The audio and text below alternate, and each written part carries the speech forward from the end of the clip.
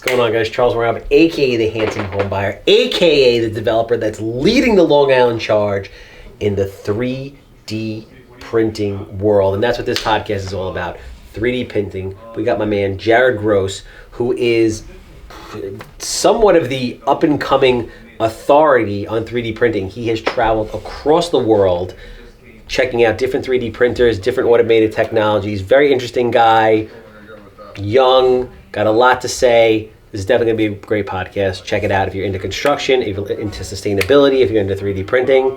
It's going to be a banger. Check it out.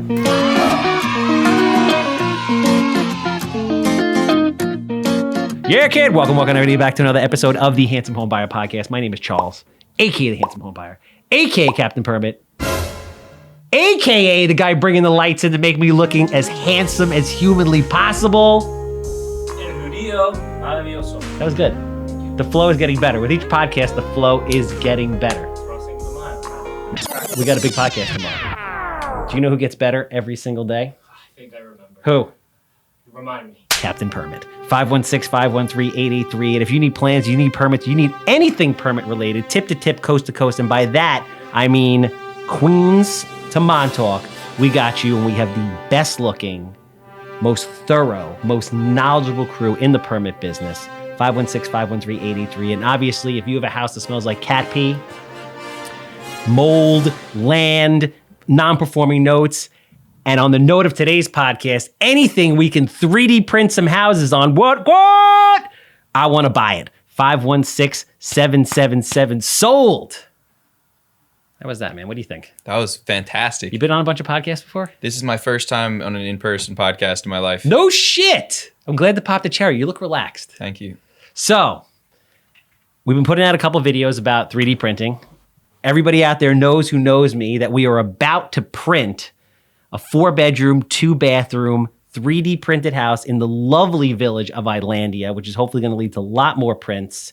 We're going to be documenting the entire process in a YouTube series I am calling Printing Long Island, and we are going to be live streaming every single day the build so that everybody across the world can actually see how this comes together. We're pulling back the curtain, baby. Brian Karp, that one's for you, on 3D printing, which is basically taking over the world. And I would argue that the gentleman sitting across from me knows just as much, if not more than anybody out there, the 3D printed world. I don't know a lot about him.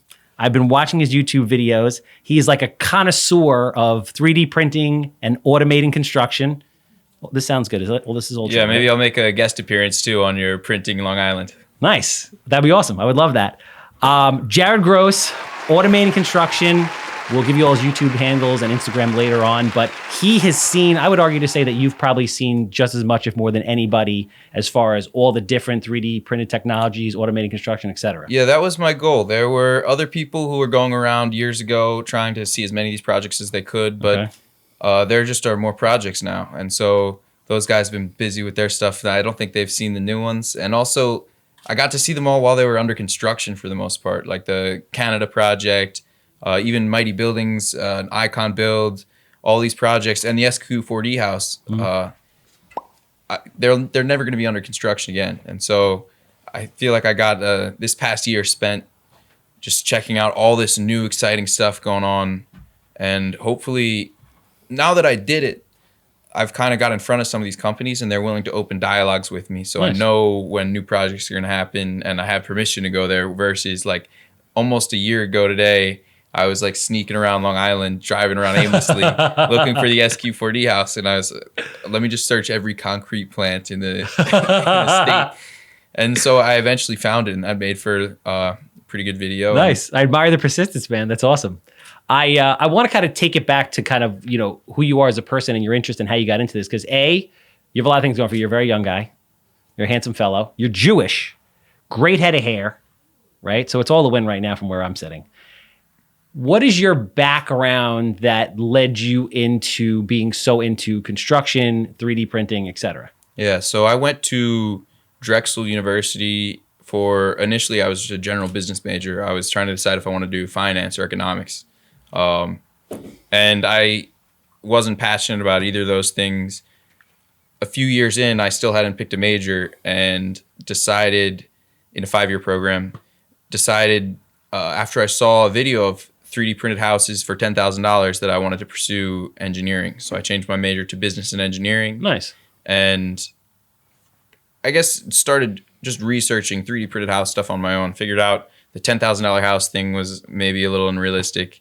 And it was when I went to China with a college roommate of mine who was Chinese. Nice. I was traveling in China with him and his Chinese family, and I went to check out Winsun, who were one of the first purveyors of 3D printed construction technology. They had invested like $200 million of government funding into a huge facility. So for $30, they let me walk around the whole facility with a camera that I bought in Hong Kong, and that's how I made my first YouTube video. Were they giving tours of it? They were giving tours per se, kind of, but it wasn't like an advertised tour. I just emailed them, and the main group, I guess, was away in Dubai for some conference or something. So the one guy that was there with me didn't speak much English, and he kind of just let me do my own thing. Wow. Which they ultimately weren't happy with. So then I get back to America, and Chinese companies are telling me, you got to remove that video from YouTube. I can imagine, man. But I'm like, this is my first YouTube video, and it's getting a little traction, so I'm not, there's no way I'm taking it down.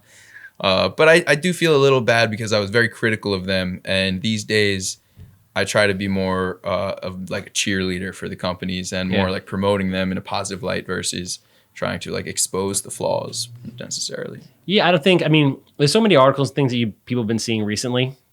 I think people don't realize how new the technology really is.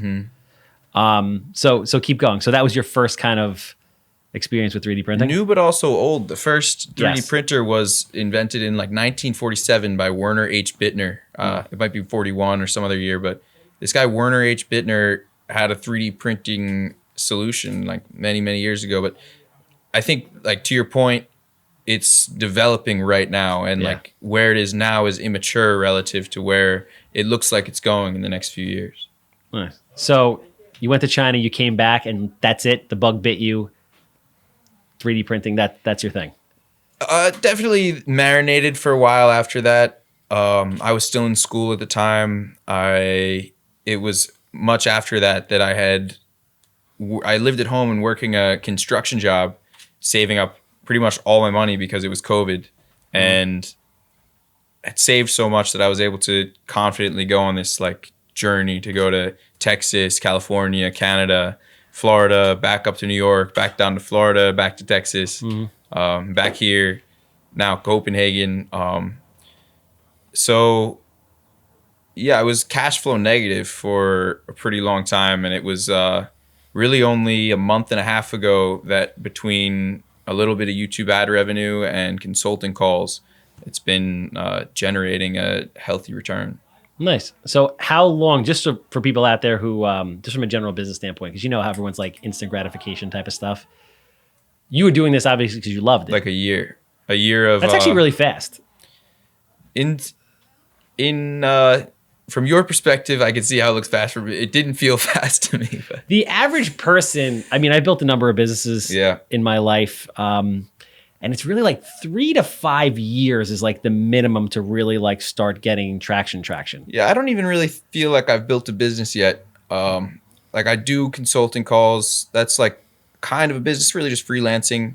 I think entrepreneur is an overused word, one that I held in my childhood in extreme high regard. But it's been tarnished these days. So like now every multi-level marketing, whatever, is an entrepreneur. Because it's cool. It's trendy. Yeah. And so I don't want to call myself an entrepreneur until I fit like my definition of an entrepreneur. So I guess before we kind of delve into all the different technologies and your perspective, what's your ultimate goal within the industry? What are you looking to do? Yeah, I'm still figuring that out. And right now my ultimate goal is just to be on the cutting edge of construction and know as much as I can about the technologies that stand to automate construction. Okay. Especially with the macroeconomic factors of material costs and labor. It's crazy, man. It's really crazy, and it's getting crazier. Especially the labor side, because there's more people going to school for engineering degrees than trade school to learn how to build a home. Yeah. So the number of people who can work on these machines and improve these machines is increasing, and the number of people who are contributing to the competing factors are diminishing.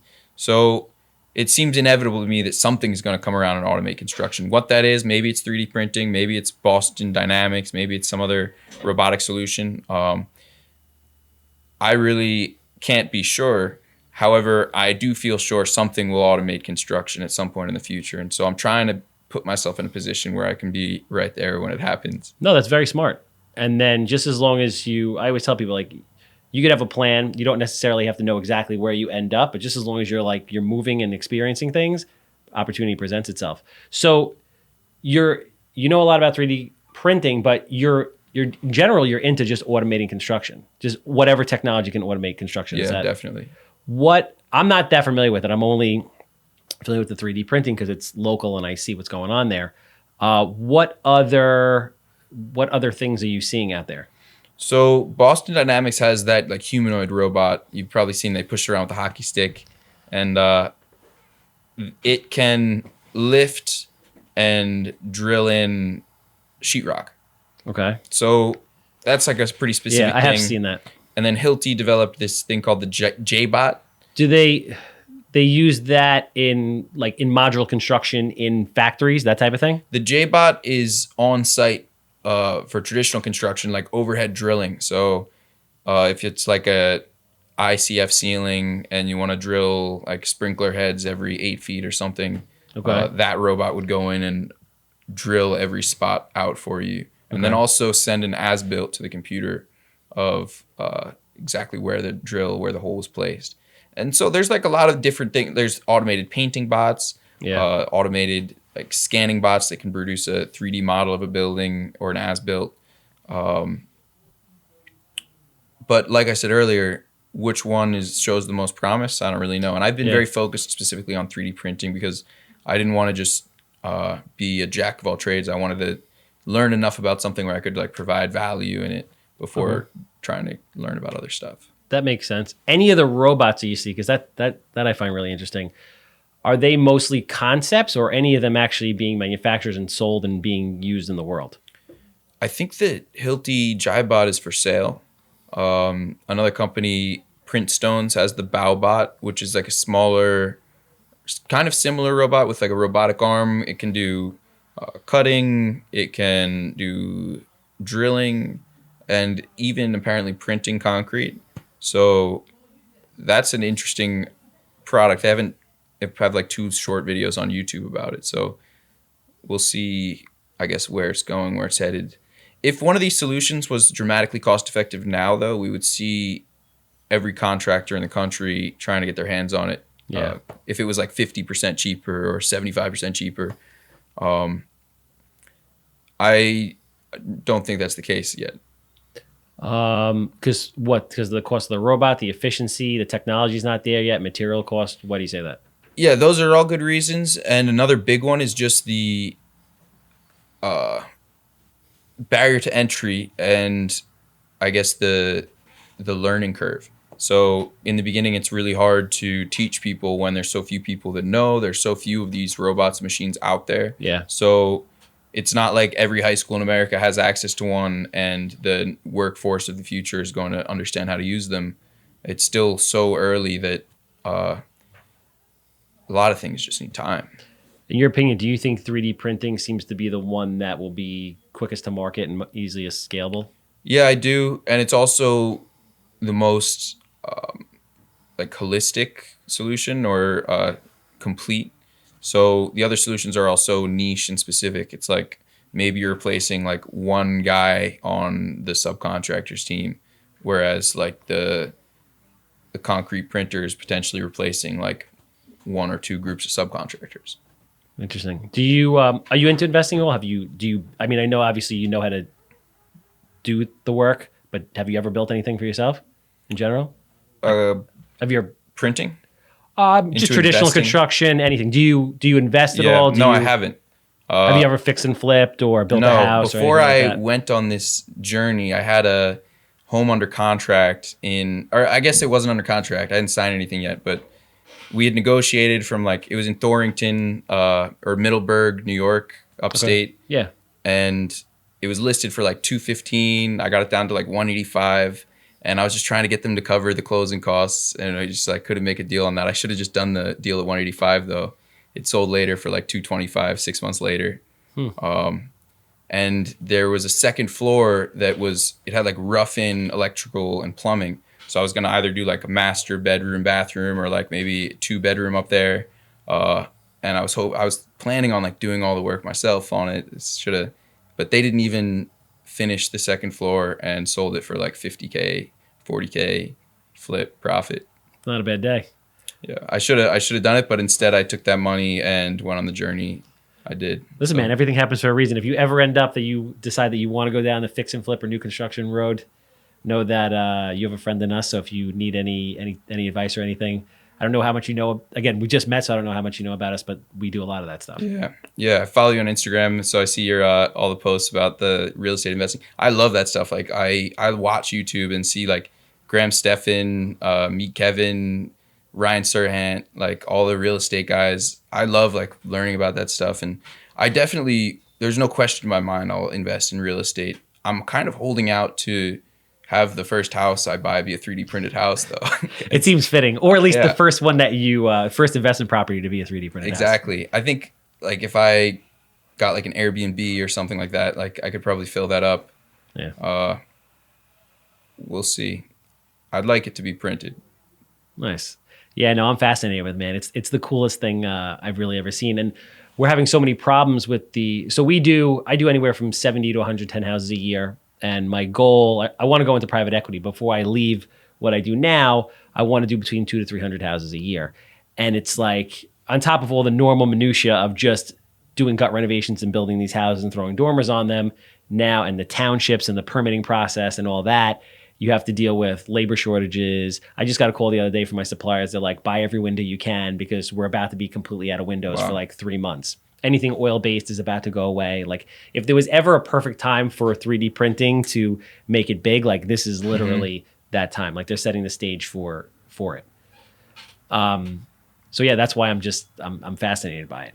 Plus the fact that, I mean, 2 people with a machine can print the house in 40 print hours or whatever, as opposed to, this 4 to 6 months that it takes us to do something traditional. Yeah, you still have to wait for the roofers, the electricians, the plumbers, the flooring guys, the kitchen installers, all the window guys. So it's still a whole construction project with all the delays and headaches that come with that. I'm sure you know better than me. Yeah, no, it's but I feel like obviously with 3D printed technology, I feel like down the road they're going to be printing cabinets, printing moldings, printing pretty much everything. A rig's going to come and basically print your entire house in whatever it is, 2 months and keep moving at some point. Yeah, I think that's without question going to happen. But everything printed, will we get to see that in our lifetime? I hope so, but who knows? I mean, you're pretty young, man. I'm 41, so I'd like to think that I'm young, but you're very, very young. 25 years old, you have a lot of life left. There's a lot of house to be printed though, and a lot of like the walls is just the start. They gotta if they could print glass, metal, plastic, all from the same unit, maybe you can do something serious. I just feel like it takes a long time to get to a certain point, but once you hit kind of like that apex, it just takes off. Yeah. So we'll see. It's going to be a fun ride to watch, and I'm sure you're excited to basically be able to go everywhere and see the best of the best do what they do. And yeah, I'm hoping to have a front row seat. Yeah, man. No, I mean, I think you're in the perfect time. I think it was very smart. So what do you enlighten us? What are you seeing out there in the world of automation and 3D printing? Because again, you've been everywhere and seen everything. You go into Copenhagen. Yeah. Tell us about your upcoming trip and what you're going to be doing. I'll be meeting with Cobod in Copenhagen. They sell, I believe, the most printers of any company. Okay. So their solution, part of why I like Cobod is because they offer to retrofit your printer if they come up with like a new version, new upgrade. Okay. That way you don't go out of date. You can buy the upgrade, and then it's not like the iPhone 11 is like beat when you get the iPhone 12. It's like it'll keep up with the time. So I think that adds a lot of value while everything's changing so quickly. Yeah. But really what I've seen is a shift from a focus on the manufacturers of the printers to the contractors buying the printers and implementing them. So now we're in a stage where the printers have been around for a few years. The people who made them understand them well, and they're now looking to train the next groups of people to really build their own businesses with this technology because it's like a piece of construction equipment. Like once you buy the bulldozer, Yeah. you're not so worried about Cat anymore or John Deere or whoever built it. That's your machine, and it's supposed to be like a profit center. So Yeah. we're evolving to that stage where the onus is on the contractors to implement the technology on a larger scale. Yeah, and that's why, like, when I look at the 3D printing world, I think I'm like, yo, this is awesome. But now, what is the business model? Is the business model, like you said, is it selling machines? And then when you sell the machines, what are the logistics of maintaining these machines, warranting these machines, doing the upgrades, like you said? Is technology going to move so fast that, every 6 months or a year, there's new software, there's a new add-on, does it become obsolete? What do these things cost? It's tough. Yeah. And that's definitely all a concern. The promising thing, though, is with all that new software every new year, architects are learning the technology better. And when they understand it better, they can implement it better. And they can make designs that are more efficient. Yeah. They can make designs that will print faster, be stronger, use less material, be more appealing. And all these things, it's like a dark room with a tiny flashlight. And it just takes a long time to shine on everything. So, are you seeing, when you go out and you see these different machines that are built by these different companies, do they kind of have more of like a niche setup in the sense that they're looking to target a certain type of build in a certain type of area on a certain type of property, or they're looking to do a little bit of everything? What do you see out there? There's variance. So it really breaks down to either there's gantry systems and robotic arms, and the robotic arms are like an ABB or KUKO robotic arm. Those are great because everybody knows how those work, and there's mechanics that can service them locally, and they understand the value, and you can resell it used on the market. And robotic arms are great. Gantry systems are much bigger, so it allows you to have a monolithic structure. Versus if you're going to use a robotic arm to print, you want something big, you're going to have to print in separate concrete elements, and these separate elements can't be cold concrete on concrete. You need some kind of joint. So when you have that joint, you're adding manual labor to the job, and that really that's a strong pro for the gantry system. But transporting and setup, takedown cost, the robotic arm is much easier because a lot of them are on tracks. You just roll it off the trailer, whatever. Yeah, that makes sense. I mean, then I started thinking, obviously, this is Long Island, you're from Jersey. I think about, land on Long Island is very scarce. I'm sure is it like that with you in Jersey?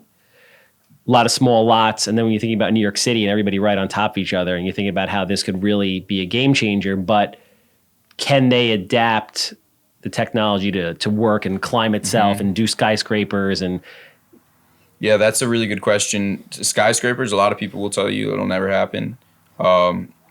I like to believe that it could happen one day. But most of the founders of these companies, when I ask them that, they kind of laugh it off and they say skyscrapers are a little unrealistic. I think it'll be like a self-supporting system. So the gantry system of the printer will become the corners of the building, like I-beams, and the printer will climb the skeleton of the building as it's being built. Yeah, similar to the way like a crane, a crane system climbs a building now. But the founders of 3D printed construction companies tell me that's a crazy idea. So I feel like it's going to happen though. I feel like it has to. Yeah. I just feel like if you can't, I don't want to say what's the point if something like that can't happen, but when I think of 3D printing, I think, when are these things going to be able to climb themselves and just keep printing up and up and up? You want it to be able to do big stuff, little stuff, long stuff, tall stuff. It really needs to be able to automate the construction of everything. I'd love to get your feedback on this because this is something that we have huge problems with here just in general in building. Because, I don't know if New York, I feel like New York's like another planet sometimes. I put Jersey in the same boat as that. Building departments, nightmare. Total nightmare. It's a total nightmare to get a permit to build a deck, let alone to build a 3D printed house. What are you seeing across the country in regards to building departments and how they're receiving this? And, are they giving permits? Are they Yeah, it's challenging and it really runs the gamut. Most projects are done in regions where they have special rights to build pretty much whatever they want, whether that be in Florida or Texas. Yeah. With the exception of the Icon project in Austin, They built on East 17th Street, 4 units in the kind of the middle of like downtown. And Do they have zoning there or no? it's residentially zoned, and the whole region, the whole area is like residential, all like small houses on like 1/8 of an acre lots, 1/16 of an acre lots or something. I don't know, tiny. Wow. And there have been a lot of projects people tried to get permits for and they didn't win the permits. So like my first thing I always tell people when I'm on consulting calls is try to get the permits figured out before you buy the printer if you can, because you may not, that could be a huge bottleneck to your project. That's interesting. And that makes sense. So basically you're kind of being looked at in the industry now as like the go-to guy for builders and developers that are looking to get into the industry, you're familiar with all the different technologies basically. Yeah. I think the reason that's a smart angle. Hire me for consulting calls usually is because it's not worth their time to spend all the hours it would take to watch all my YouTube videos and like the 19 hour long podcasts and stuff. Like they are too busy to go through all that. So they'd rather just get cut to the chase. Yeah. I mean, some of these, I don't know, like what are these machines going for? Like I haven't. Like anywhere from $200,000 to like $500,000. Yeah. Which actually isn't that crazy when you think about it. You know, if you're a developer and you're going to go out there and you're going to stamp out 30 houses a year, 40 houses a year, and you have to spend $500,000, $1 million on a piece of equipment. Yeah. These guys are used to spending big money on equipment, especially like that's like the cost of a crane. So that being said, people buying cranes are trying to do like 5-story, 10-story, 20-story projects, but there's definitely been equipment purchasers looking at this kind of technology, and they're a really promising stream to pursue it because they can get financing. Yeah. Most people don't have the equipment relationships to get financing, especially for a new type of equipment. So I think it'll be the guys who have like long-standing relationships with equipment financing that are going to be ordering like big numbers of these units. You think it'll be the big home builders like the Toll Brothers and all those guys, the guys that are building thousands of units every year? When those guys get in, that's when you know the industry is like mature. Yeah. Right now it's smaller people like myself that are just rolling the dice thinking it's cool and seeing what happens. Exactly. Type of deal? Exactly. All right. Most of the people are interested. Maybe their first thing was the $10,000 house that they saw, and everybody's just waiting for that to happen, I guess. What do you see as kind of the the hardest thing going on in the industry from the sense of like the material cost? From as far as 3D printers, the concrete cost and everything? Yeah. Really? The material generally has like double, if not more, the cement concentration. Yeah. And cement is the most expensive part of the concrete. So until I guess a material solution comes out that makes it much cheaper, I think it'll be hard for this industry to really scale. You want it to be not just cool, not just faster, but also cheaper and truly provide more value. At the end of the day, 3D printing is cool, it gets clicks, and it's fun on the internet, but I'm not interested in it unless it's really bringing value to the table. I'll move on quickly if it never does. You don't feel that it is at this point? You don't feel that it's a superior product at a better price? I haven't seen evidence in the numbers. Anybody who's been transparent with their numbers has been reporting overages relative to traditional construction. That being said, all of the projects are experimental at this stage. Okay. So like people are trying new things. They don't know how to necessarily operate the printer. It's not a well-oiled machine yet. So could it be cost effective right now if somebody went out and did 100 units and bought the concrete in bulk and hired the plumbers, electricians, and everybody so that they're doing one after the other, the same thing or a similar thing 100 times in a row? Maybe. That hasn't been done yet, so we won't know until it happens. But nobody has shown me a cost analysis of a completed project that I saw and was like, wow, this is everything that they said it was. Do you think it would be beneficial for the industry for somebody to do something like that? Without a doubt. I mean, there's a ton of money interested in investing people ask me all the time how they can invest, and there's really no good answer for that unless you're an accredited investor. You can get in front of like the big companies that are doing big equity raises. Yeah. It's very difficult for people that want to invest in this industry to get involved.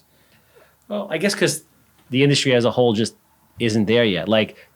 But what you're saying, like if somebody demonstrated transparent cost analysis, proving that it was like that would put it there. I think it's more than that in the sense that I think that the industry needs to lay out a clear business model.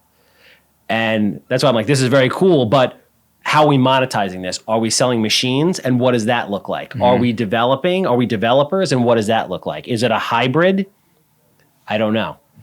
Yeah. I mean, everybody is profit motivated, which I love. And like everybody's trying to protect their business interests. What it would be great is whatever implements the technology fastest and like brings the value to the most people. Yeah. So that in my eyes would be selling printers so that as many people as possible could learn how to use the technology, implement the technology. You need thousands of printers. We need millions of homes. So yeah, we're like 4 million homes short right now, they said. And counting. Yeah. So yeah, I mean, whatever could speed things up would be great, I think. And cost transparency would go a long way. I know your guys, SQ4D, they say on their website it was $6,000 in materials to print the home that I was at today. That would be pretty incredible. If that's I can't comment on that. I don't know. But I mean, the idea from what I understand is supposed to be, but I've seen some other articles from different companies about how they're claiming, like you said before, $10,000 houses and things like that. I don't think any of that stuff is accurate to your point as far as like when you're done, I guess their portion of the bill, but you know, roofing, electric, plumbing, flooring, etc., site work, plans, permits, like what is everybody including in those numbers? Land. Yeah. When you hear those numbers, are people mostly talking about just, you know, the footings, the foundation, and the walls? When I hear those numbers, I assume they're talking about a project that was done in some country where labor is like $1 an hour, and it was all done by students who weren't charging anyway. So, like, when people ask me how much will it cost me to 3D print a house, I generally say probably 40% more than it would cost to build a house where you are. And that's largely because there's probably not a printer in their state yet. So that needs to be shipped in. Okay. And then somebody needs to be trained. Maybe they need to be, if nobody's trained, you need to bring in like 4 people and put them up to operate the printer. It's interesting that you say that because everyone's whole thing is cheaper. Well, cheaper and better. It's like, hey, this thing is like flood proof, fireproof, earthquake proof, and we're gonna do it at 50%, half the price. And then from what you're telling, from what you've seen, and people are still kind of holding a lot of it close to the vest, it seems like it's more expensive. That is really what I've seen, but I keep at it because I think it will become less expensive. And it will. My favorite analogy is the light bulb. People argue whether it was Thomas Edison who invented it or not, whatever. After they made the first one, it was so expensive. I think they were using tungsten or some other metal. They got it to work. It lit up a room, but you couldn't have one in every household because it was just too much money. It took them 100 more tries, 100 more light bulbs to make one that was cost effective enough to put into every household. And so I think like they built a 3D printed house. It works. It's a little expensive at the moment, or at least with some companies. Maybe other companies that are like not publicizing all the details have figured something out. But I think once there's 100 3D printed houses, that's when the 101st one will be profitable. That makes sense. I mean, the technology just might not be there yet. And to your point, in the next, I think it's coming pretty fast though. I think within like the next year, you're really going to start to see some stuff. I think so too, especially with all the interest it's picking up and the macroeconomic factors at play: construction costs, material costs, labor costs. Yeah, a lot of things are pushing people to investigate this area more, and the more people looking into it, learning about it, getting involved, working for these companies, students interning with these companies, is just adding to the amount of effort being put in to improve it. So what advice, I guess, advice to two different people. What advice would you give all the inventors of the different 3D printed technologies right now, as far as what you think people are looking for, issues in the industry that people are having a trouble designing around, etc.? Selfishly, I would tell them to be transparent with like all their information, so that if one company is really good at this part, another company is really good at this part, they can share that and both have. But that's never going to really work. They all invested and want to protect their private proprietary knowledge, and I get that. So I guess transparency just in cost. If the companies could like nut up and admit what their costs are, rather than just hiding behind the screen of their computer and like, or their PR person or whatever it is, and truly just say like, hey, we're trying to achieve these goals. Maybe we're trying to make it 50% cheaper, 50% faster. Here's where we're at right now. Here's how we think we could move forward. I mean, a lot of these companies seem to be raising money with false promises. Yeah. And it's not really going to help anybody at the end of the day. Yeah, no, that's true. And that's kind of coming full circle back to your comment about entrepreneurship and how it's trendy and all that. You know, obviously it seems to be more of like a tech play. So you have a lot of people going out raising tens of millions of dollars and not delivering. Yeah. Real estate investors won't touch it because there's no cash return. There's no, like the promise is growth, equity growth.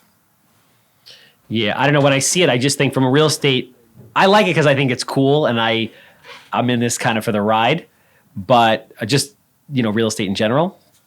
But when I look at this, I think, especially with 1030, you know about 1031 exchange and how they're trying to squash that law. You're gonna have a lot of investors now looking at, you know, smaller assets. So if you can they're already doing this with stick built, but if you can 3D print developments, single family home developments, and essentially, you know, take them off the grid, which is something that I would love to do. Like, I would love to build like a 25 lot subdivision as a test with geothermal and solar and gray water systems. Great. My little brother's a solar installer. Oh yeah? In Jersey? Yeah. And just basically take the entire development off the grid, and then you can rent that either through some type of program like a CDC or Section 8, or just generally rent it out, and you could sell that, you know, to a REIT or a private equity fund or a large group. I think that's going to be really in demand, especially with people also wanting to leave big cities. I feel like it's just a time of change, and there's a lot of opportunity. It seems like every change is just like pushing it further and further. Like all this news is just, everything is a catalyst for 3D printed construction. That's what I'm saying. Like, I feel like the time for that is now. And I think you and I, in different respects, are right there at the forefront of it. So yeah, when are they supposed to break ground on your printed house?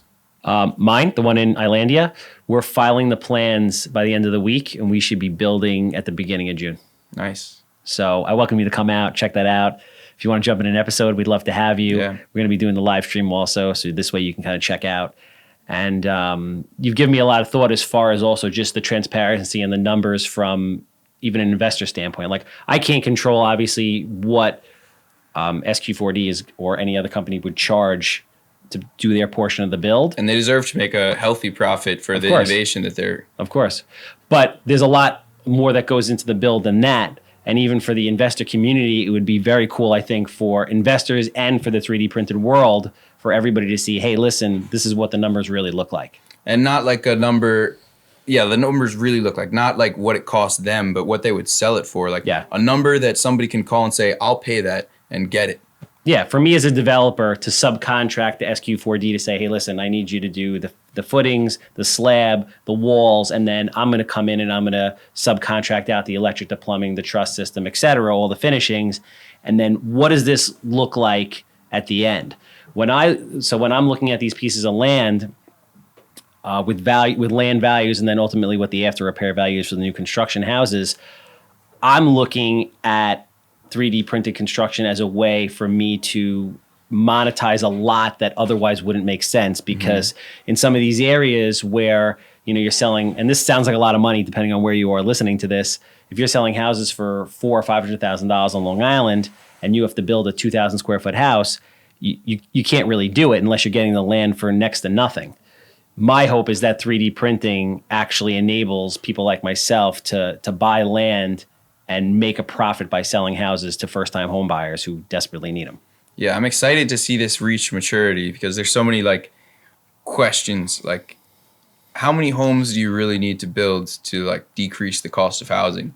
Because if you build one, they're going to sell it for market rate. You build two, they're going to sell it for market. You have to build like one more than they actually need for the prices to start. I would like to see, maybe this is scary to you as an investor in real estate, but I'd like to see so many homes built that housing costs actually decrease. Yeah, no, I know what you're saying. And it's possible. I mean, listen, in 20 or 30 years from now, if a robot rolls up, prints your entire house, you designed it with, some software, some VR setup, and there it is ready to go. It very well might. I mean, housing's a huge problem, man. It's a huge problem everywhere, but it's really a huge problem here. I'm sure in Jersey, the same type of thing. And all the places I've been this year, I've seen crazy homelessness, like Austin, California, like even when I was in Austin in last year I was in Austin in May, and then I was back in Austin again just a few months ago, and the homeless problem got even worse. And like it got worse while I was there in May till June, and then like it's just getting worse and worse and worse. So many things in the world need 3D printed construction, it seems like. So yeah, man, I love it. Last question to close it out. You're a very young guy. A lot of potential, a lot of possibilities in the forefront of an industry that's going to be massive. What does your future look like? What's the goals? What are you going to do? Yeah, I have at least 5 to 10 years of just keep my head down and like continuing to always try to know what's going on with automated construction the best I can. And when I find that one thing that seems really promising to me, I think I'll try to just build units until people don't need homes anymore. I like it, man. Like I said, I'm a resource to you. If there's ever anything I can do for you, we're neighbors. I'll give you my number, whatever I can do for you. Yeah, cool. Thank you, man. It's been a pleasure. My pleasure. You got a lot of people following you on YouTube. You got a ton of videos out for anybody that's interested in 3D printing specifically and just automated construction in general. How do people find you? How do they look you up? How do they find your YouTube channel? Yeah, I'm on most social media as @Automate Construction, TikTok, Instagram, and that's it. And then LinkedIn and YouTube, you can find me at Jarett Gross, JarettGross. And yeah, look forward to maybe answering your comments or whatever it is, however we get in touch. How you doing on TikTok? TikTok is like... It's crazy, 170,000 followers. Fuck, that's awesome. Dude, TikTok, I can't figure it out, bro. I'll do one video, I'll get like 30 views. I'll do another video, it'll get like 70,000 views, and then I can just never replicate it again. Yeah, I'm dancing, I have the same experience. I'm doing everything I possibly can. But once you post enough, like you do that video with 30 views, maybe you do 10 videos, they all get 30 views. Yeah. But then the 11th video gets 70,000. Yeah. And then every single one of those that had 30 all of a sudden has like 1,000, 2,000 because like... Yeah, people see it. They go back. So you just keep going, and like if you post 100 videos, one of them is going to have 1 million views. Yeah, no, that one makes of them sense. will. It's just a process. I like it. I enjoy the process. I'm more attached to that than the outcome. Like I said, I like the ride. So I appreciate you coming down. Obviously, everybody knows I'm Charles Weinraub, AKA the Handsome Homebuyer. If you have a house that smells like cat pee, dated from the 1960s, 6 inches of mold on the wall, human waste floating past the basement steps. Levy, did I leave anything out? Nope. I want to buy it. 516-777 sold. And obviously, if you need permits, call the captain, 516-513-8838. That's a wrap.